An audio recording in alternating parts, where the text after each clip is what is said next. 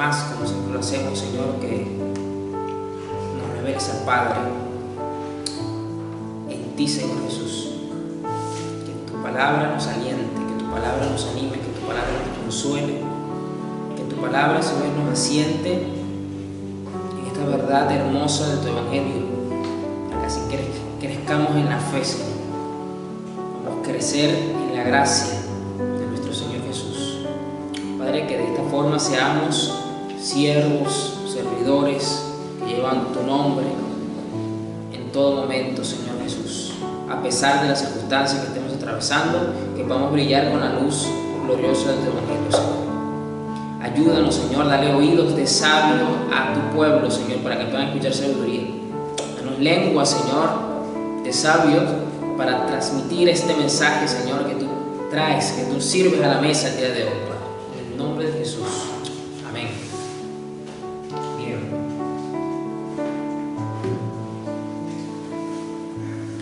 Vamos a Éxodo 23, versículo 25 al 26.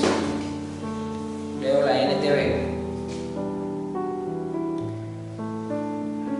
El Señor le da una orden, le da promesas, le da mandamientos al pueblo de Israel luego de haberlo sacado hace rato ya de Egipto.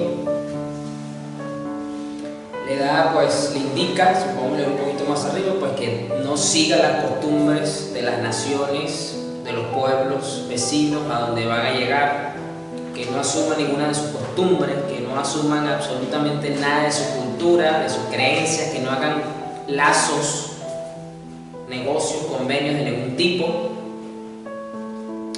Y luego en el versículo también un poquito más arriba le dice que les va a mandar su ángel, y este ángel los va a guiar hacia la tierra prometida. Les dice que le va a guiar guianza, le va a dar protección, que le tienen que hacer caso, que le tienen que obedecer y todo esto.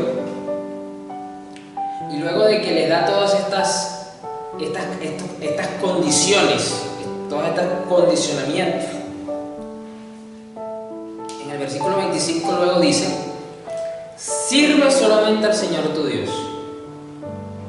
Si lo haces, yo te bendeciré con alimento y agua y te protegeré de enfermedades.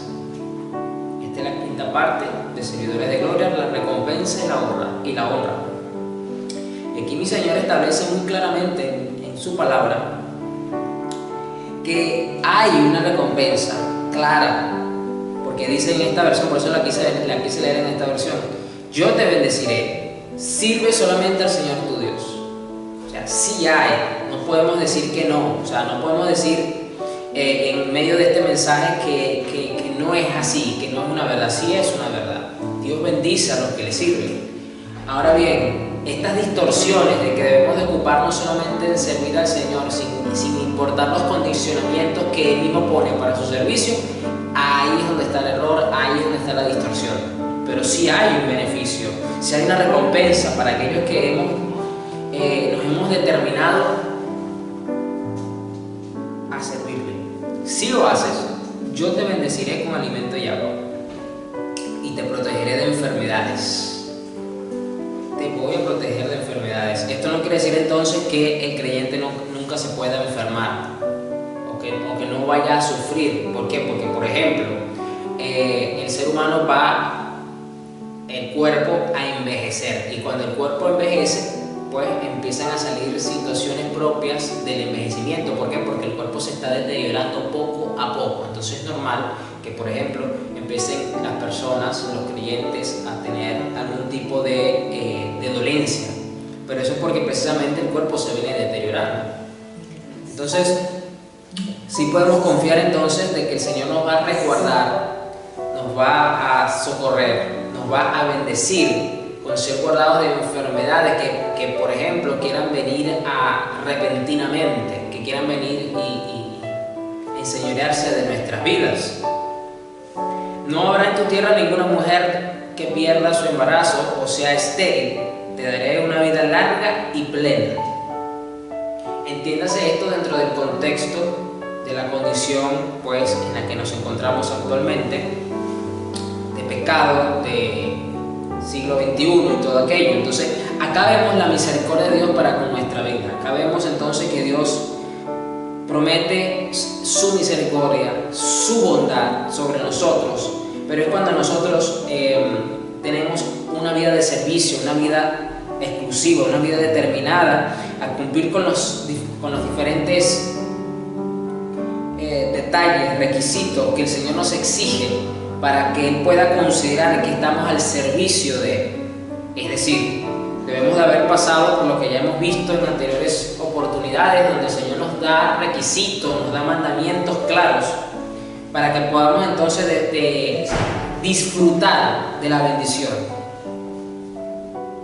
que podamos disfrutar.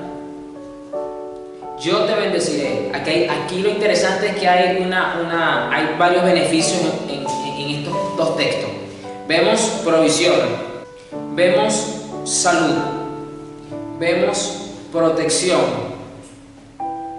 y vemos fertilidad y vemos vitalidad. Vemos 6 beneficios de Dios para con aquellos que han determinado servirles según las exigencias que Él pone.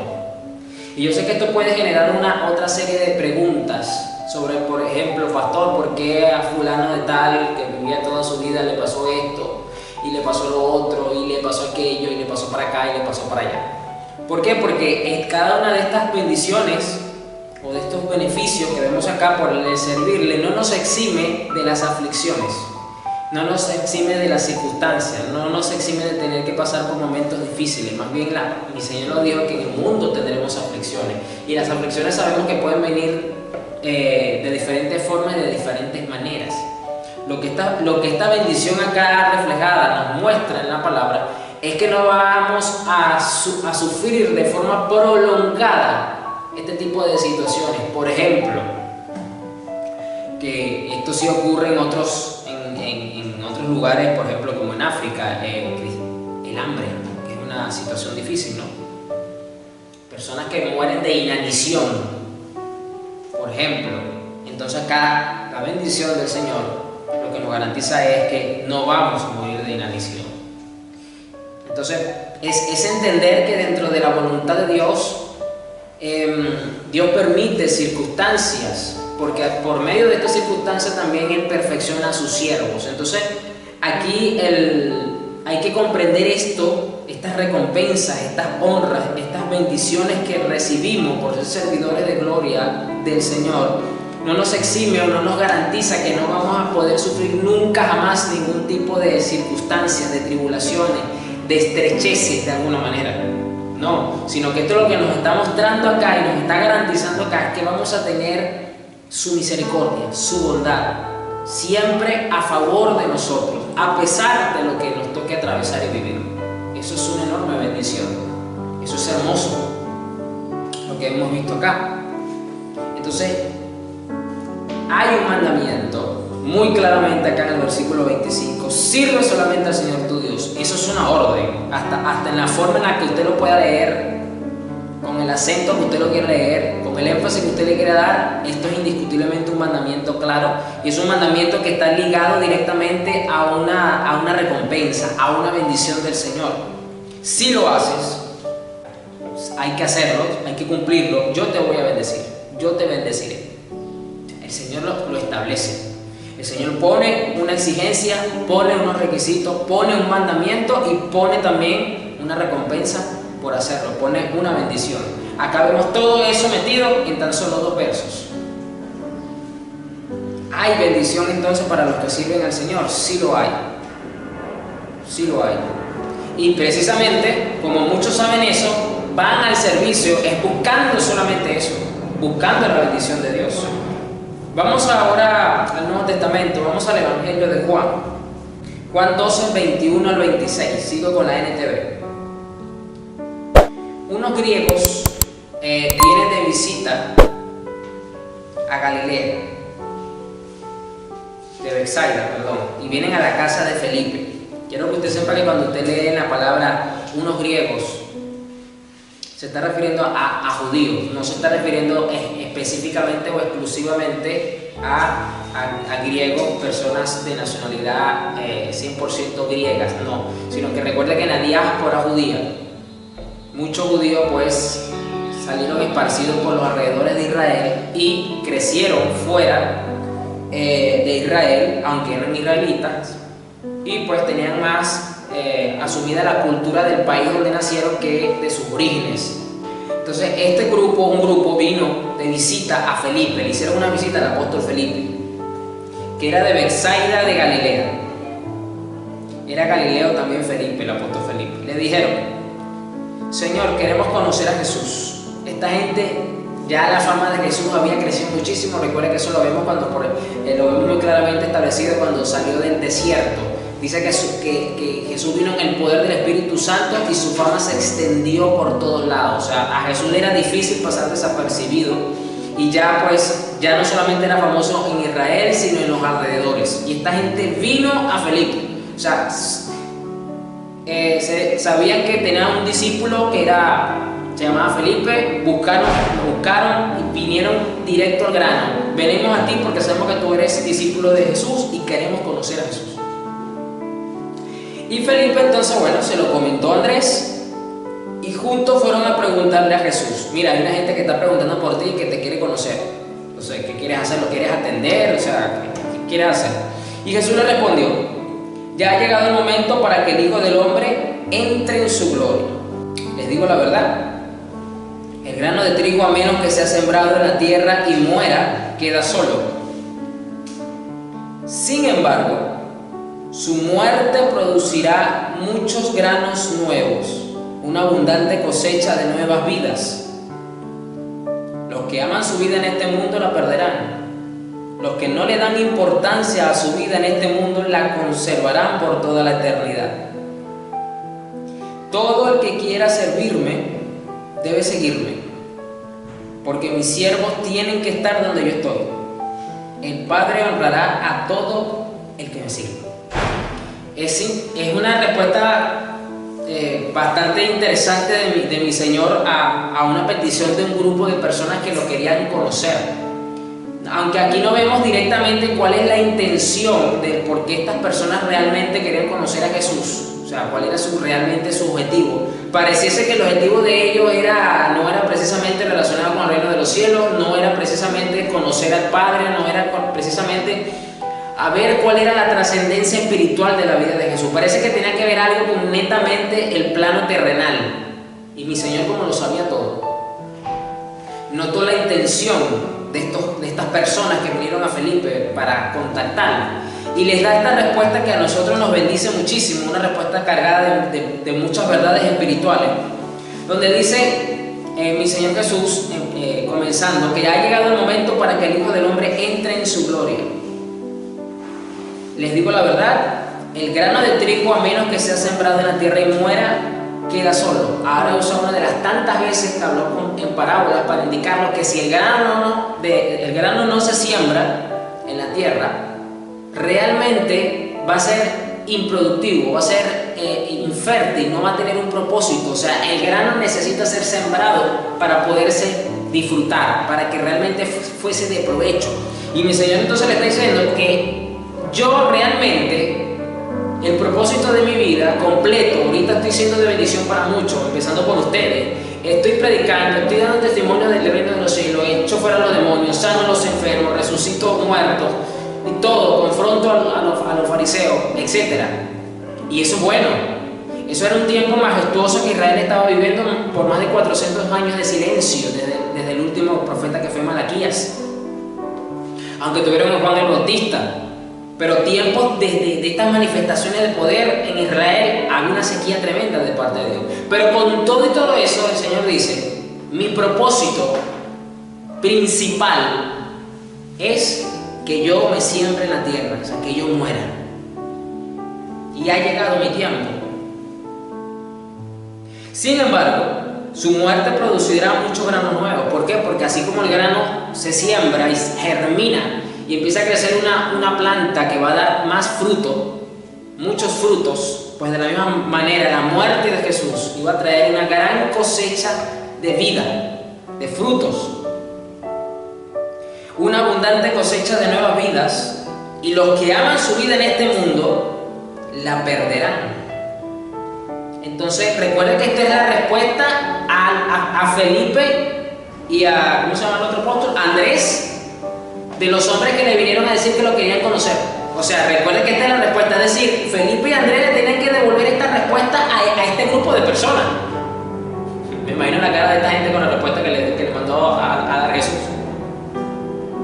Les está diciendo que si ustedes aman más su vida en este mundo, la van a perder. Es decir, esta gente tenía algún fin que era de este mundo.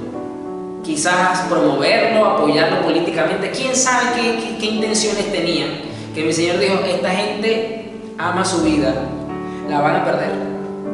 Y los que no le dan importancia a su vida en este mundo, la conservarán por toda la eternidad.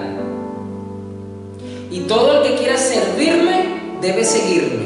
Y esto es otro condicionamiento ahora que mi Señor le está diciendo a Andrés y a Felipe, que es la respuesta para este grupo de personas. Si estas personas me quieren conocer, si estas personas realmente, quieren conocerme, me tienen que seguir y me tienen que servir. Es decir, si esta gente pretende ponerse a mi disposición porque saben que yo soy maestro y quieren venir a aprender, pues me tienen que seguir realmente, me tienen que servir. Hay un condicionamiento acá. Todo el que quiera servirme debe seguirme. El Señor ahora pone en una misma línea en donde no podemos divorciar el ser seguidor de Cristo y ser servidor de Él. Mi Señor dice, todo aquel que es mi seguidor es mi servidor. O sea, no es posible ser un seguidor de Cristo y no ser un servidor de Él. Pero tampoco es posible ser un servidor de Cristo y no seguirle. O sea, no hay forma alguna de separar ambas cosas. Mi Señor aquí lo deja clarito. Y recuerde, esto es una respuesta para unas personas que vinieron preguntando por Él, que es lo más tremendo. Y recibimos estas tremendas enseñanzas espirituales, estas verdades. Y dice luego, porque mis siervos, es decir, mis seguidores, mis siervos, tienen que estar donde yo estoy.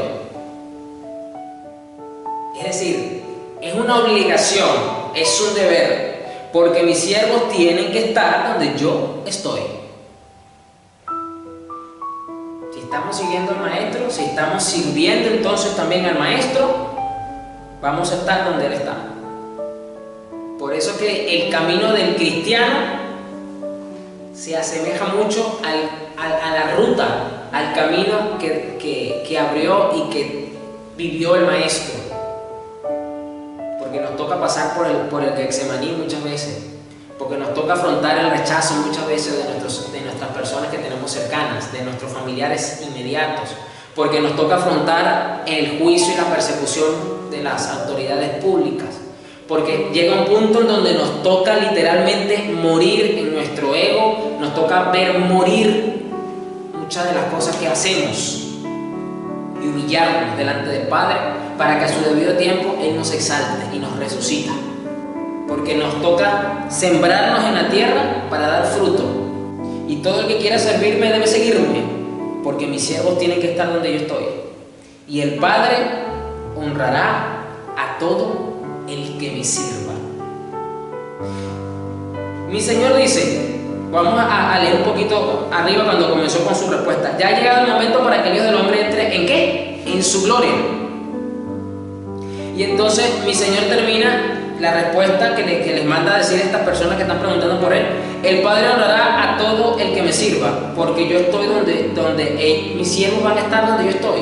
Entonces, si mi Señor está en la gloria, está en un estado de exaltación, de honra, de alabanza, los servidores de Él van a tener también un estado de exaltación, un estado de alabanza, un estado de honra, que igualmente les va a dar el Padre. Así como el Padre glorificó a Jesús y lo puso por encima de todas las cosas, no hay nadie que esté por encima de Jesús ni en igualdad, porque se le fue concedido todo.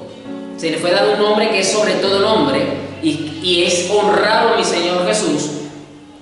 Lo que queremos decir aquí, lo que mi Señor le está diciendo a los apóstoles, es que sus servidores van a ser también honrados por el Padre, no igual que Él, obviamente. Pero lo que mi Señor está diciendo es que los que le sirven a Él, los que le siguen a Él, van a ser también honrados por el Padre. Esto es una promesa clara de bendición y de honra, de recompensa absoluta.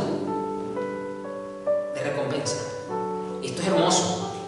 Esto es espectacular. Y esta es la respuesta que Felipe y Andrés, no sabemos qué pasó con esta gente, no tenemos mayores registros en la Biblia de qué pasó con esta gente. Quizá no les habrá gustado la respuesta que le mandó a decir el maestro, no lo sé. O realmente la recibieron y formaron parte de aquel gran grupo de personas que lo siguieron, no lo sabemos. Pero el hecho es que esta respuesta fue una enseñanza para los apóstoles que trascendió en el tiempo y ahora forma parte del fundamento de la fe cristiana. Estas palabras: todo el que quiera servirme debe seguirme, porque mis siervos tienen que estar donde yo estoy, y yo, como estoy en gloria, mi Padre los va a honrar a ellos también, y el Padre honrará a todo el que me sirve. Vamos a Marcos capítulo 10 versículos 17 al 30. Leo la PDT.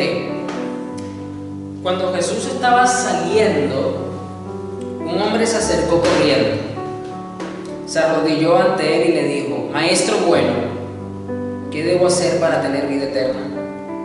Y Jesús le contestó: ¿por qué me llamas bueno? Solo Dios es bueno. Tú sabes los mandamientos: no mates, no cometas adulterio, no robes, no des falso testimonio, no engañes, y respeta a tu papá y a tu mamá. El hombre dijo: Maestro, yo he cumplido esos mandamientos desde que era joven. Jesús lo miró y con afecto le dijo: te hace falta una cosa. Ve y vende todo lo que tienes, dale ese dinero a los pobres y así tendrás un tesoro en el cielo. Luego ven y sígueme. El hombre quedó muy desilusionado por las palabras de Jesús y se marchó muy triste porque tenía muchos bienes. Jesús miró alrededor y les dijo a sus seguidores: qué difícil es para los ricos entrar al reino de Dios. Sus seguidores se asombraron por esas palabras, pero Jesús les dijo: hijos míos, qué difícil es entrar al reino de Dios. Es más fácil que un camello pase por el ojo de una aguja que un rico entre al reino de Dios. Para los que no lo saben aquí, sobre todo para los que ven y se conectan, una aclaratoria cultural, que el ojo de una aguja no se está refiriendo a la aguja que usamos en Occidente para coser. Se refiere pues a una abertura en la muralla que era muy estrecha y solamente pasaban personas con cargamento y animales pequeños, no podían entrar animales grandes. Entonces a eso se refiere el ojo de una aguja. Entonces mi Señor está diciendo que es más fácil meter un camello por esa abertura que es más pequeña que un camello que un rico en el reino de los cielos. Ellos quedaron aún más asombrados y comentaban entre sí: entonces ¿quién podrá salvarse?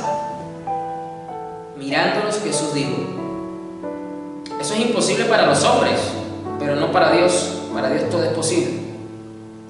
Y Pedro hace una declaración bastante curiosa. Pedro comenzó a decirle: nosotros dejamos todo por seguirte.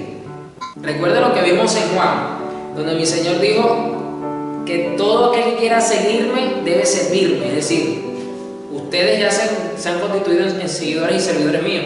Y Pedro como que recordó eso y dijo: bueno, Señor, nosotros te hemos seguido y lo hemos dejado todo por seguirte, de paso.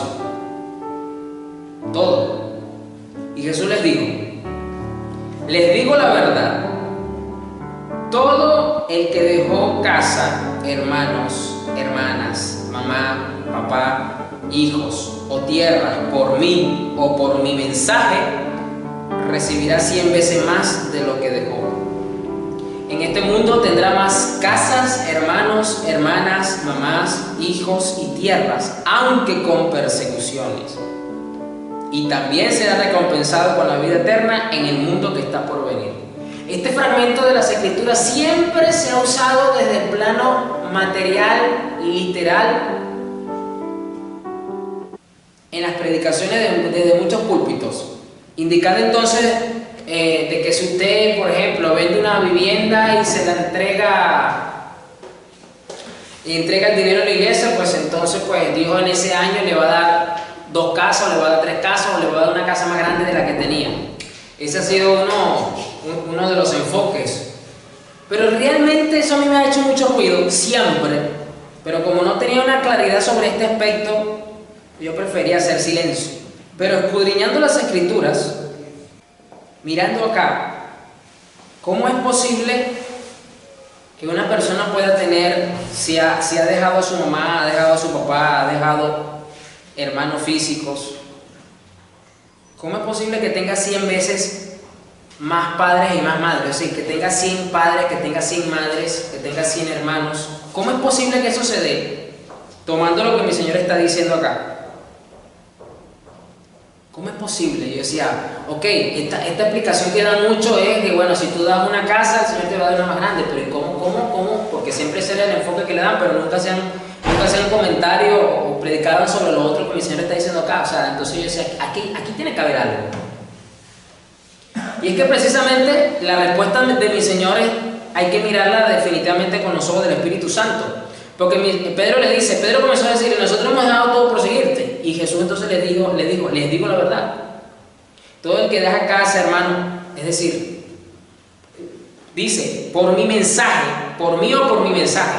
Cuando nosotros tomamos la determinación de servirle al Señor y tomamos, por ejemplo, la determinación de ser misionero, voy a poner un ejemplo. Y usted sabe que la vida de misionero pues prácticamente es una vida temporal en los sitios, porque puede durar un tiempo en un sitio, después se mueve para otro sitio y así está su vida o el tiempo que dedique en ese tiempo a predicar el Evangelio, a enseñar el Evangelio. ¿Qué va a ocurrir en ese momento? Bueno, que van a haber conversiones y van a haber hombres que se van a convertir, van a haber mujeres que se van a convertir y las personas van a estar agradecidas con el hermano, con la hermana que les predicó la palabra, que les enseñó el Evangelio, que les mostró el Dios verdadero, y se constituyen entonces en padres y madres, muchas veces para nuestra vida. ¿Por qué? Porque nos agarran un afecto y nos agarran un cariño, porque se forma un lazo de familia espiritual. Y entonces este hermano, esta hermana dejó su casa física en un lugar, o hasta la vendió, quién sabe, para pagarse el viaje misionero, no lo sé, pero eso ha pasado en la historia. Y entonces ahora no solamente tiene una casa, ahora tiene 20 casas. ¿Sabe por qué? Porque esas personas a las que le predicó el Evangelio le ofrecen su vivienda para que esté allí. Venga, y usted se puede quedar aquí las veces que usted quiera cuando venga a esta zona a predicar. Avíseme que usted viene de camino y yo le preparo el cuarto. ¿Qué es lo que necesita? Y aquí se lo damos. Pero ya lo hacen por un gesto de amor, por un gesto de esa convicción espiritual que tienen de que ahora somos familia. Ahí encaja perfectamente la explicación que mi Señor está dando. ¿Por qué? Porque entonces si se convierten 100 mujeres, se convierten 100 hombres, ahora son tus hermanos, son tus hermanas, son como unos padres para ti porque te aman, se preocupan por ti si son hermanos, si son adultos mayores a los que le predicaste el Evangelio y te ven como un hijo más. Y son capaces de disponer de lo que tienen ellos para servirte a ti y al mismo tiempo servir la predicación del Evangelio y servir al Señor. Decía, wow, Señor, ahora sí tiene esto sentido. Así sí tiene sentido más correcto estas palabras que yo estoy diciendo de recompensa. ¿Y sabe qué? Eso es una enorme recompensa, ¿sabe? ¿Sabe por qué? Porque muchas veces los cristianos, voy a poner ejemplo en estos países musulmanes, en estos países que son más radicales, en estos países que prácticamente la libertad de culto y de religión está casi que inexistente. Y si alguno de esas personas se convierte al cristianismo, los padres lo desheredan, y voy a ir más allá. Hay padres que han mandado a matar a sus hijos por haberse convertido al cristianismo. Yo sé que esto para nosotros en Occidente es muy fuerte lo que acabo de decir, es muy duro. Que un padre mande a matar a un hijo por abandonar el islamismo o cualquiera de estas religiones paganas, sí, ocurre hoy día. Y prácticamente abandonan a los hijos en la calle, no les importa verlos sufrir en la indigencia, porque fueron unos traidores de algo. Esto pasa hoy día. Pasa que como estamos de este lado del mundo, muchas veces estamos más ocupados de nuestro entorno y no vemos un poco más allá de lo que está pasando. ¿Y qué pasa?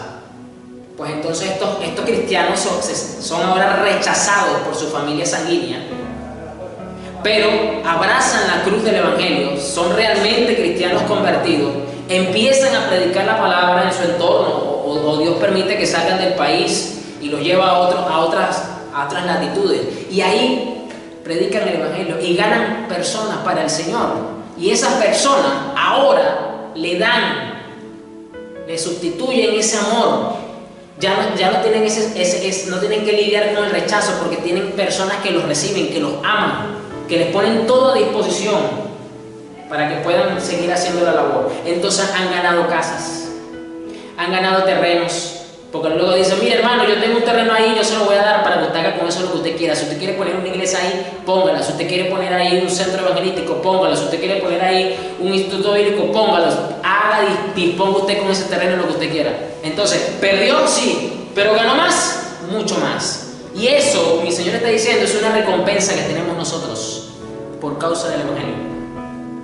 Es una recompensa que tenemos como servidores de su gloria, por haber dejado atrás padres, madres, hermanos, hermanas, casas, terrenos, propiedades, etc. Es decir, lo que podemos recibir luego por estar sirviendo y ocupándonos en la causa del Evangelio es mayor. Y ahí sí tiene mucho más sentido que usted pueda recibir no 100, que usted pueda recibir 200, 300, 500, 800, 1000, 1.000.000 de veces más que lo que usted dejó atrás, o de lo que te tocó dejar atrás por causa del Evangelio. Así sí cobra sentido esto. Así sí cobra sentido que tengas varios padres en el mundo, porque son personas que se convirtieron y te aman, te aprecian y te respetan como que si ellos fuesen un padre real para ti. O hermanos o hermanas en la fe, como que si fueran de la misma madre. Así sí cobra estos sentidos. Les digo la verdad, todo el que dejó casa, hermanos, hermanas, mamá, papá, hijos o tierras por mí o por mi mensaje, recibirá 100 veces más de lo que dejó. O sea, Señor, pero ¿cómo es posible que esto aplique? O sea, necesito que tú me ilumines esto, Padre. Aquí está. Y decía: wow, es verdad. Y esto ocurre realmente de esta forma. En este mundo tendrá más casas. Ahí está. Le sobran las casas a donde llegar. Le sobran los terrenos para hacer la obra de Dios ahora. Le sobran los hermanos o hermanas. Le sobran las madres y los hijos y las tierras. Los padres le sobran ahora. Esto no quiere decir que estos hermanos que están bajo estas condiciones no oren por sus familiares sanguíneos. No, siguen orando por ellos para que el Señor tenga misericordia. Pero ese amor familiar, ese apoyo, esa unidad, pues está más que provista por el Señor por medio de su Evangelio, con ahora la cantidad de personas que tiene a disposición, que le brindan un afecto, que le brindan un cariño, un respeto, un amor genuino al creyente, a su vida y a la mía. Y también será, y esto no solo queda aquí. Mi Señor dice, o sea, recuerda que esto es una respuesta a Pedro, que le planteó que, mira Señor, nosotros le hemos dado todo por seguirte, que vamos a recibir. Y luego continúa: y también será recompensado con la vida eterna en el mundo que está por venir. Doble recompensa, si usted lo quiere ver. En este mundo vamos a recibir una recompensa. Eso ya está más que claro. Y aquí mi Señor nos dice de qué forma y de qué manera. Y no solo eso, mi Señor dice que eso no queda ahí solamente, sino que cuando le toque partir hacia el otro mundo, la vida eterna es la mayor recompensa que tú y yo podemos recibir. Indiscutible, única. Por eso ese sentido de familiaridad en el que se mueve la iglesia cristiana no es simplemente un cliché religioso. No, es porque esto es una verdad real. Es así.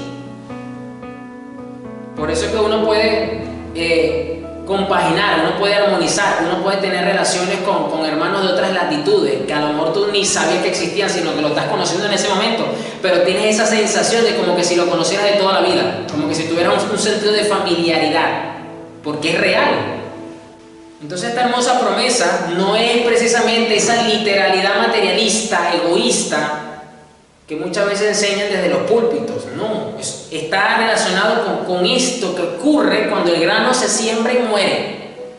¿Por qué? Porque nos toca sembrarnos y morir, sufrir lo que nos toque padecer por causa del Evangelio.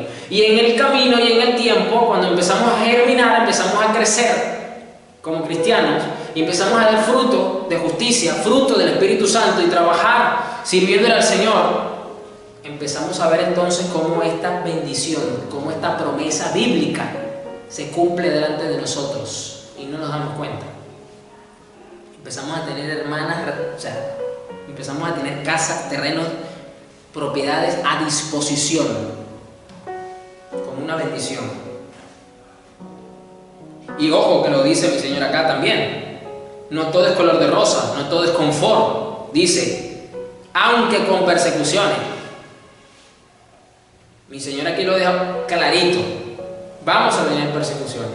O sea, la persecución es parte de ser cristiano. O sea, no existe un cristianismo sin persecución, entonces es un falso cristianismo. No hay forma alguna. Desde que la iglesia se constituyó hasta el día de hoy, la iglesia ha padecido persecuciones en todos los niveles, en todas las esferas, en todas las etapas, en toda la historia de la humanidad. Donde la iglesia estaba presente, ha habido persecución. Eso ha sido siempre así. Y hoy día no estamos exentos acá en Occidente. El hecho de que no vivamos en Oriente o vivamos en Asia, o en África, que son zonas un poco más rígidas en contra de la iglesia, y aquí tengamos un poquito más de libertades, y la iglesia pelea por la libertad de culto y de religión y de reunión y todo aquello, no quiere decir que no estemos afrontando persecuciones, o que de este lado del mundo esa forma de perseguir del otro lado no va a llegar nunca. Eso va a llegar también acá en Occidente. Y esas comodidades y esas libertades se van a ver coartadas y van a ser cambiadas o quitadas completamente. Los que creen que eso no va a ocurrir nunca porque vivimos de este lado, pues se va a sorprender a lo mejor cuando empieza a ocurrir. Ya hoy día vemos un cierto grado de persecución, donde si tú no estás de acuerdo con aquellos grupos que tienen posturas anticristianas totalmente, simplemente pues te persiguen, te atacan, te etiquetan, te buscan censurarte de alguna forma para callarte y silenciarte. Entonces eso es un tipo de persecución. Pastor, pero eso es algo muy mínimo en comparación con esos países que usted nombró. Sí, es verdad, pero es persecución igual. Que por ahí puede empezar a crecer la persecución y puede terminar como está ahorita del otro lado del mundo. Es posible. No estamos exentos de esto. Mi Señor lo dijo, aunque con persecuciones. O sea, eso no hay forma de quitarlo. Si usted creía que la bendición era una burbuja rosada de confort, no lo es. No lo es, nunca lo ha sido en realidad. Vamos ahora a Hebreos 6, versículo 10. Leo la NTV. Pues Dios no es injusto. No olvidará con cuánto esfuerzo han trabajado para Él y cómo han demostrado su amor por Él, sirviendo a otros creyentes como todavía lo hacen. Fíjense que la base del por qué Dios recompensa a su siervo es su carácter, su naturaleza. Y el escritor inspirado por el Espíritu Santo nos dice que como Dios no es injusto de forma alguna, sino que Él es perfectamente justo, entonces Él no va a olvidar. Esto le hace a Dios tener una mente perfecta, única, para no olvidar el esfuerzo, o sea, para reconocer el esfuerzo con lo que hemos trabajado para Él. Es decir, Dios no olvida estas cosas. Por muy chiquito que nosotros digamos, sí, pastor, pero es que lo que yo hago por el Señor es algo muy minúsculo, es esto en comparación a lo mejor con lo que usted hace, o con lo que hace el hermano fulano, o con lo que hizo el pastor tal en el tiempo tal. Sí, pero aquí la palabra dice que Dios no es injusto por olvidar. Entonces no podemos insinuar ni siquiera de forma indirecta que porque nosotros consideremos nuestro servicio o alguna actividad que hicimos para el Señor de forma temporal como algo pequeño, entonces Dios eso lo va a ignorar o lo va a olvidar. No caigamos en ese engaño, en esa postura, porque no es bíblico. No va a olvidar con cuánto esfuerzo han trabajado para Él, porque hay que esforzarnos. y más allá tú sabes que se nos fue dicho que vamos a tener una recompensa, que vamos a ser bendecidos en medio del servicio, pero con persecuciones, entonces con mucha más razón nos tenemos que esforzar, porque vamos a tener entonces oposición para seguirle sirviendo. ¿Y cómo han demostrado su amor por Él? Sirviendo a otros creyentes. Es decir, no hay forma alguna de pretender decir que amamos a Dios, que somos seguidores del Señor y que le vamos a servir, que no sea manifestando ese amor y ese servicio que le tenemos a Él, sirviéndole a otros. No hay forma alguna de que usted diga, yo soy servidor del Señor también, yo no sirvo a hombres. Perdóneme, aunque eso suena, entre comillas, espiritual, ahí realmente lo que hay es mucha ignorancia bíblica y hay bastante inmadurez espiritual también. Porque aquí el escritor nos está diciendo que la forma en que yo demuestro el amor que le tengo al Señor es sirviéndole a otros creyentes. Aquí está establecido el principio.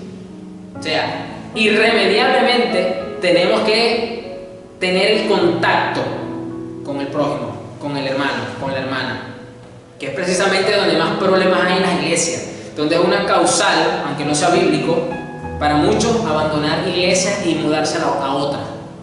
Eso no es un causal bíblico para abandonar una iglesia, pero hoy día es muy común verlo.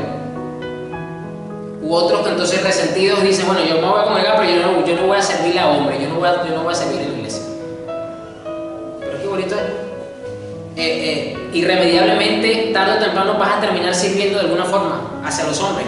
Ya sea porque, bueno, pastor, pero que yo no quiero servir dentro de la iglesia, yo voy a servir fuera. Ah, ¿y es que acaso fuera quiénes están? ¿Solamente puros animales? ¿Tú te vas a ir a trabajar en un zoológico? ¿O vas a hablar con Elon Musk y te vas a ir para Marte porque le vas a servir a los extraterrestres? O sea, donde te quieras meter hay seres humanos.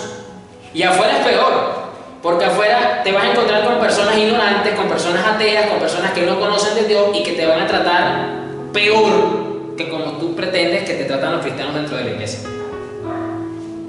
Por eso que por lo menos en Venezuela hay un refrán que dice es mejor trabajar con animales que con seres humanos. Porque a veces el ser humano en su naturaleza misma cruda es cruel, es tajante, es visceral. Véalo usted por los gobiernos, a los funcionarios públicos cómo son. Muchas veces los funcionarios públicos son hostiles, son secos, son fríos, son insensibles.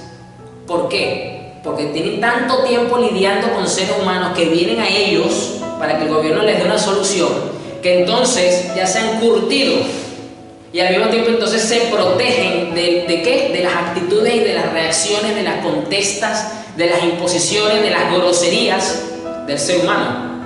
Pero como es su trabajo, entonces tienen que mantener un mínimo y por eso son así los funcionarios. Y la gente dice, wow, pero qué funcionario tan áspero, qué funcionario tan amargado. ¿Por qué? Porque ya tienen un callo, por decirlo de alguna forma, de tantas vejaciones que recibe a veces de forma hasta inmerecida. Y simplemente está cumpliendo con su función para poder cobrar. Así es el ser humano afuera. Entonces, irremediablemente afuera te va a tocar servirle. ¿Sabes por qué? Porque mi Señor dijo, estuve desnudo y no me vestiste, estuve preso y no me visitaste, estuve hambriento y no me diste de comer. Es decir, ¿a quiénes? A los seres humanos que estaban en una condición de precariedad, que estaban en una condición en la sociedad difícil. Y son seres humanos, no son extraterrestres, no son animales.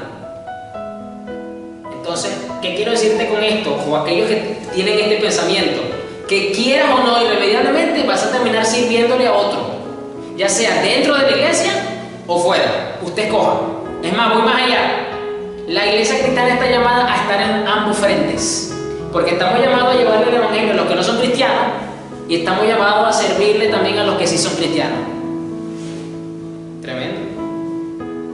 No estamos llamados a servir a los extraterrestres, ni estamos llamados a servir a los animales. Estamos llamados a cuidar a los animales, que es otra cosa, y administrarlos. Eso es otro tema. Pues Dios no es injusto, no olvidará con cuánto esfuerzo han trabajado para Él y cómo han demostrado su amor por Él, sirviendo a otros creyentes como todavía lo hacen. Nuestro gran deseo es que sigan amando a los demás mientras tengan vida. Es decir, lo que nos va a motivar, nos motiva, lo que nos va a motivar a seguir sirviéndole a los otros, a los creyentes, es el amor que le tenemos al pueblo de Dios. Cumpliendo así el segundo mandamiento, amarás el primero, amarás a tu Dios con toda tu fuerza, con todo tu alma, con todo tu corazón, y el segundo es parecido, amarás a tu prójimo como a ti mismo. Para asegurarse de ¿qué? De que lo que esperan se hará realidad. Entonces no se volverán torpes ni indiferentes espiritualmente. El servicio forma parte del desarrollo espiritual que tú necesitas tener. El servicio hacia otros creyentes forma parte de tu madurez espiritual. ¿Por qué? Porque el que no sirve se vuelve torpe e indiferente. Pastor, no me insultes. No, yo no te estoy insultando. Yo solo te estoy leyendo en la versión que estoy leyendo aquí, que lo dice así. Aquí dice que entonces no se volverán torpes ni indiferentes espiritualmente. Es decir, el que no procura servir va a tener un crecimiento imperfecto o incompleto en su desarrollo espiritual. Eso es lo que está diciendo aquí el escritor, inspirado por el Espíritu Santo. Entonces el servir forma parte de nuestro crecimiento. El relacionarnos con otros creyentes en el servicio forma parte de nuestra edificación espiritual. No vamos a ser torpes espirituales, como lo dice esta versión. En cambio, seguirán el ejemplo de quienes gracias a su fe y perseverancia heredarán las promesas de Dios. Vivir por fe no es simplemente confiar ciegamente en Dios. Eso es tan solo una parte de lo que implica vivir por fe. Eso es solamente una parte, un porcentaje. Dice acá que los que viven por fe y perseveran y heredarán las promesas de Dios son aquellos que precisamente están amando a Dios y demostrándoselo sirviendo a otros creyentes. Y en medio de ese servicio en la que son perfeccionados, maduran en la perseverancia, maduran en la fe y de esa forma reciben las promesas por las que están creyendo, por las que están orando, por las que estás basando en la petición que le tienes al Señor. Eso es lo que nos está diciendo aquí el escritor. Entonces fíjense cómo el servicio que le prestamos a otros creyentes en nombre del Señor, porque es para el Señor que lo hacemos, pero demostramos ese amor, ese servicio, sirviendo a otros creyentes, nos beneficia a nosotros en nuestra fe, en nuestra perseverancia, y de esa forma heredaremos las promesas de Dios. Es decir, vamos a ver su cumplimiento según su voluntad en el tiempo que Él lo considere que deban de cumplirse. Entonces, ¿nos conviene o no nos conviene entonces? ¿Queremos la recompensa de Dios? ¿Queremos entonces que Dios no olvide con cuánto esfuerzo hemos trabajado por Él? ¿Queremos entonces que el Señor vea el amor que le hemos tenido sirviéndole y que todavía nos mantenemos haciéndolo? Pues entonces tenemos que servirlo. ¿Te guste o no te guste? No, pastor, es que yo tengo un carácter demasiado volado y por eso yo prefiero alejarme para no pecar. Porque yo sé el tipo de carácter que tengo. ¿Y qué tú crees que va a usar Dios para alejarte el carácter? Pregunta.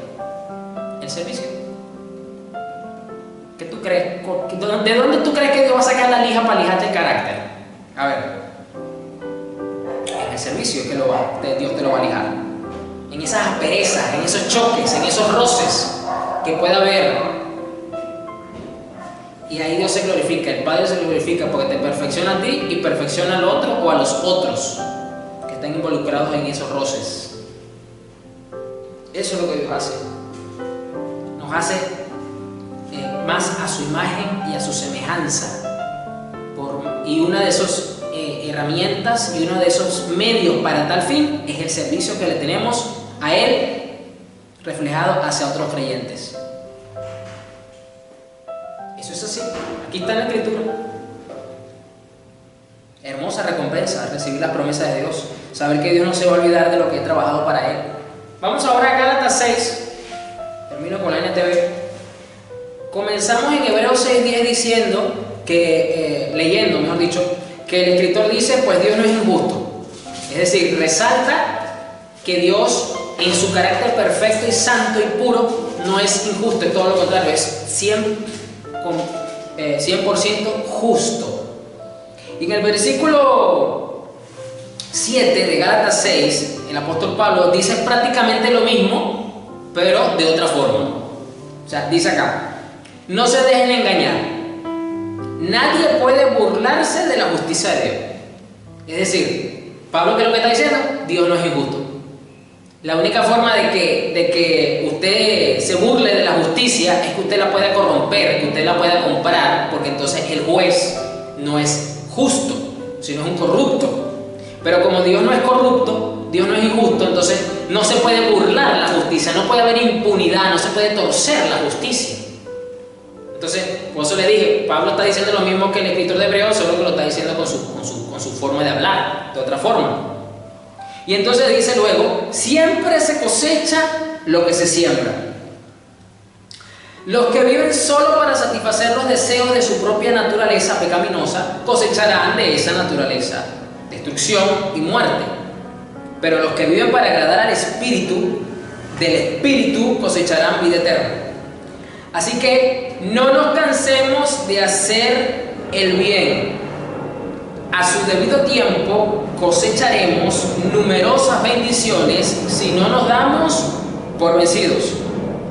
Por lo tanto, siempre que tengamos la oportunidad, hagamos el bien a todos, en especial a los de la familia de la fe. Es decir, vamos a cosechar bendiciones por servir a los de la familia de la fe. Vamos a recibir bendiciones porque estamos sembrando en los de la familia de la fe nuestro servicio, nuestros dones, nuestras capacidades, conforme al nivel de gracia y de disposición que el Señor nos ha dado. Hay una bendición entonces, segura, porque nuestro Dios no es un Dios injusto y no podemos entonces torcer la justicia, y Él va entonces a darle a cada quien según lo que haya sembrado en su servicio. Eso es lo que estamos mirando acá. Entonces, en el medio de ese servicio tenemos que cultivar conscientemente el fruto del Espíritu, o sea, colaborar en pro de que si yo me estoy dando cuenta de que soy una persona impaciente, mire, usted se va a sorprender de lo que Dios puede permitir cuando nosotros servimos para que, por ejemplo, seamos personas pacientes. Según lo que usted identifica en su carácter, que usted necesita que el Espíritu Santo trabaje en usted, o que usted notó que el Espíritu Santo está trabajando en usted, mejor dicho. Porque muchas veces cuando nos damos cuenta de alguna virtud del Espíritu en nuestro carácter, es porque precisamente en esa virtud es que el Señor está trabajando en nuestra vida, y solo nos está haciendo conscientes de ello. No se dejen engañar. Nadie puede burlarse de la justicia de Dios. Siempre se cosecha lo que se siembra. Entonces lo que debemos de procurar es que el servicio que nosotros hacemos vaya acorde con la línea del Espíritu. ¿Por qué? Porque es posible servir de una forma carnal. Sí, aquí lo dice. Porque estamos buscando servir solamente para satisfacer los deseos de nuestra naturaleza egoísta. Es decir, es posible servir solamente para tener un espíritu de protagonismo, para que me vean, para que me promocionen, para que me pongan. ¿Y estamos sirviendo? Sí. Lo triste ahí es que ahí entonces ya estamos sirviendo y estamos tomando el nombre del Señor en vano, porque lo estamos haciendo no para glorificar su nombre, sino para aprovecharnos de su nombre. Y estamos entonces ya no honrando al Señor con nuestro servicio, sino que lo estamos deshonrando. Y eso ocurre mucho. Yo esto lo vi mucho en una iglesia donde yo estaba, duré muchos años sirviendo. Donde que muchos servían, pero solo servían era para ver el servicio como una forma de escalar dentro de la organización, para que lo vean, para que lo promocionen, para que lo pongan, para tener estatus, para tener influencia dentro de la organización y para con los líderes de esa organización. No lo estaban buscando realmente para servir al Señor ni para honrar su nombre, aunque decían hacerlo en el nombre del Señor. Entonces, ¿qué es lo que estaban haciendo? Estaban sembrando, estaban sirviendo en base a su naturaleza pecaminosa. Y no lo estaban haciendo para agradar al Señor. No, como lo dice aquí, para agradar al Espíritu del Señor. Así que no nos cansemos de hacer el bien. Entonces, no nos podemos cansar de servir. Porque si no nos cansamos de ser bendecidos, ¿cómo yo me voy a cansar? ¿Cómo yo me voy a cansar entonces de servir al Señor? Entonces quiere decir que me cansé de amarlo. Porque en Hebreos 6 dice que por causa del amor que le tenemos es que le servimos.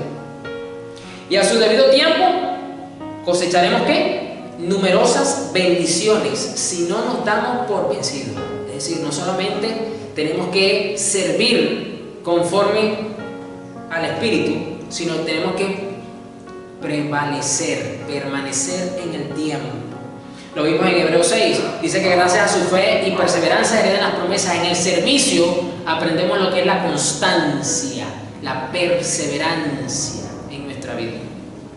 Ya que dice entonces que vamos a cosechar si somos perseverantes. Muchos no cosechan, no reciben la bendición cuando el Padre viene a ellos a darles el pago de su justa obra, porque recordó de ellos, porque no fueron perseverantes. No reciben.